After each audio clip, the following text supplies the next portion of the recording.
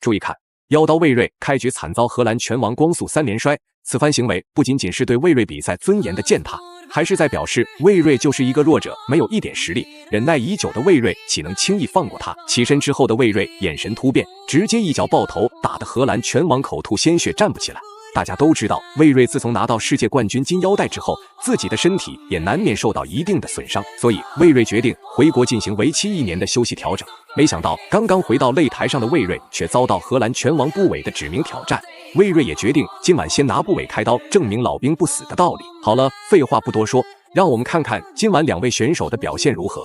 随着裁判一声令下，比赛正式开始。红色拳套就是中国选手魏睿，蓝色拳套就是荷兰选手布韦。长时间没有打比赛，自然会对比赛节奏遭受一定影响。可是布韦面对魏睿却没有丝毫手下留情，还立刻将魏睿摔倒在地进行挑衅。当然，这点伤害对于魏睿而言算不上什么。殊不知，接下来布韦的举动更加狂妄放肆。但是呢，他结果在 MMA 比赛摔出别人，被人家背后裸脚魏睿要特别小心。这个荷兰选手真的是特别会摔，除了会摔之外，他的还没讲完又摔，真的是他的近中远的拳腿膝技巧相当的全面，真的是有点经典式的教材啊，摔跤的教材，还有一个飞膝。所以今天魏睿上次躲过了加拿大选手波球拳馆加拿大选手丹尼斯的重击，但是呢，今天对上了这位荷兰选手，能不能全身而退呢？就让我们拭目以待。又要被摔，哎呀，还有魏睿跑得快。那魏睿自从上场比赛跟丹尼斯打完之后，他知道自己的力度有所不足，所以做了一些针对性的训练。刚刚又要摔了，差一点被神圈给救了。好，现在看了一下大胡子连续2个踢法，哎呀，又一个高脚。好，现在魏睿开始有所防备，防住了他的膝，跟做摔了企图，不然老被摔真的不行。那布韦可能是在比赛中尝到了甜头，不停地逼近魏睿的内围，试图发起猛攻，争取要在比赛铃声敲响之前结束战斗，争夺冠军金腰带。但是魏睿打比赛输过赢过，可是从来没有怕过，就算布韦进攻凶猛，依旧只能被魏睿牵着鼻子走。而魏睿加强自身攻势，就是要获得调整战术的时间，以免因为防守失误被击倒在地。踢到了裆，瞬间终止。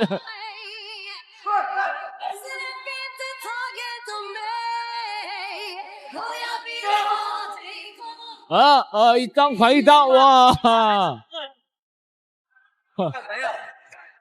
这个不是英雄惜英雄的表现吧？好，魏睿深呼吸之后说：“他行。”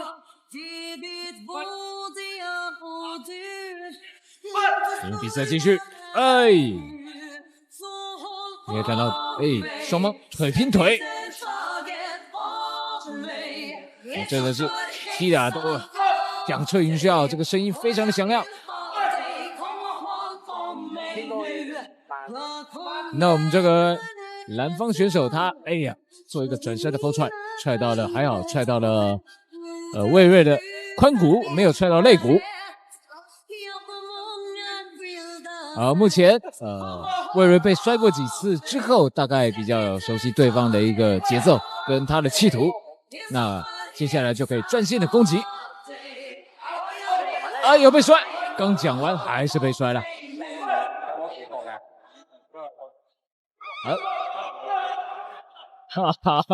魏睿也玩得很开心啊。比赛来到第2回合，很明显布韦的进攻攻势只增不减，强势逼近内围，就是要让魏睿好好体会一下被 KO 的滋味。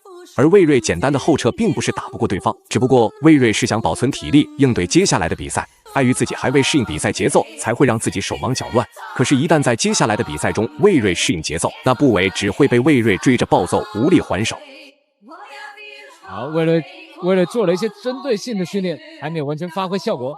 那我们刚才讲到这个荷兰选手他的高扫踢其实是可以连发的，所以待会魏睿要小心一点一摔没摔成，立刻连续动作再一个袭击，那是一个南方选手高杆的地方，动作非常的多，让魏睿有点吃不消。南方选手招式变化多，落点多而且有时候啊，你在忙着抗摔、忙着做一些平衡的时候，对方又会接着转变招，攻击，哎，终于被推走了。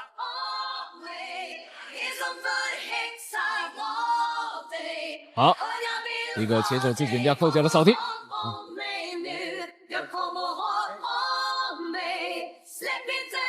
哎，目前蓝方选手打得有点凌乱，那希望呢，魏睿能够好好找到空档，给予致命的一击。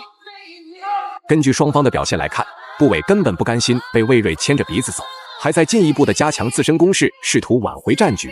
但是魏睿灵活的步伐使得部伟有苦说不出，明明近在咫尺，却根本碰不到魏睿的衣角。经过一段时间的拼拳换脚试探，魏睿也成功进入比赛状态。部伟之前有多么狂妄放肆，那魏睿就会下手多么凶猛，不留情面。有一套又接到的腿怎么办？哎，被魏睿抗住了。